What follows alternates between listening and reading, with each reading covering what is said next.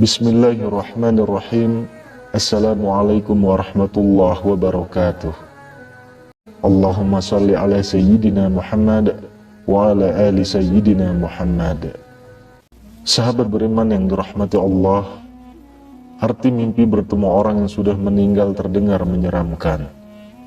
Namun, mimpi itu memiliki arti bahwa orang yang sudah meninggal tersebut bisa jadi merindukan kiriman doa dari keluarganya.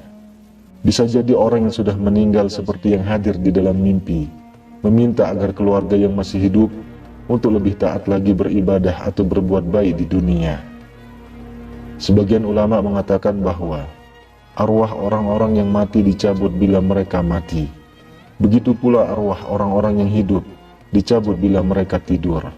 Lalu mereka saling kenal menurut apa yang telah dikehendaki oleh Allah Subhanahu wa Ta'ala.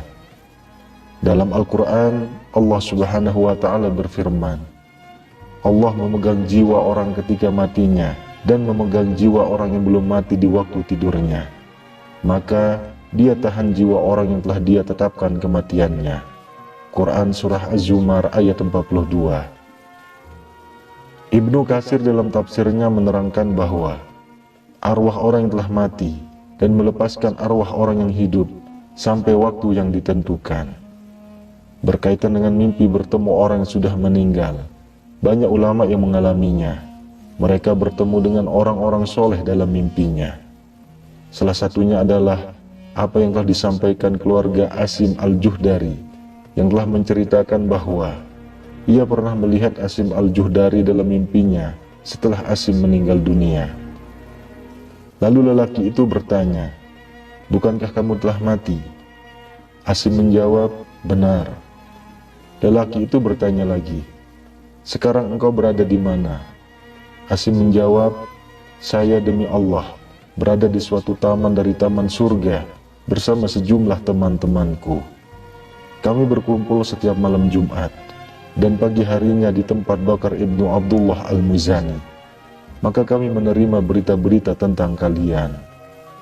Lalu lelaki itu bertanya lagi, "Apakah yang berkumpul itu tubuh kalian ataukah arwah kalian?" Asim menjawab, "Mustahil bila yang berkumpul adalah jasad kami, karena jasad kami telah hancur luluh, dan yang dapat bertemu hanyalah arwah kami saja." Lelaki itu bertanya lagi, "Apakah kalian mengetahui bila kami berziarah kepada kalian?" Asim menjawab, "Kami mengetahuinya pada petang hari Jumat dan seluruh hari Jumat, serta malam hari Sabtu hingga matahari terbit." Lelaki itu bertanya lagi, "Mengapa demikian, bukan pada hari-hari lainnya?" Asim menjawab, "Berkat keutamaan dan kebesaran hari Jumat." Dalam riwayat lain disebutkan bahwa Utsman ibnu Suwaid At-Tafawi mengatakan bahwa ibunya adalah ahli ibadah yang dikenal dengan julukan Rohibah.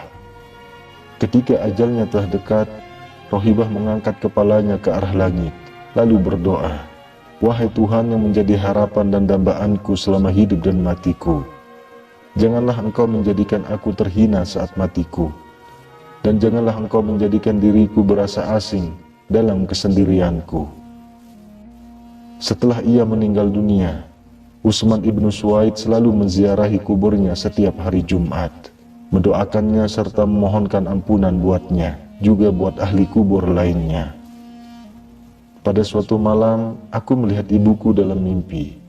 Maka aku bertanya kepadanya, "Ibu, bagaimanakah keadaanmu?"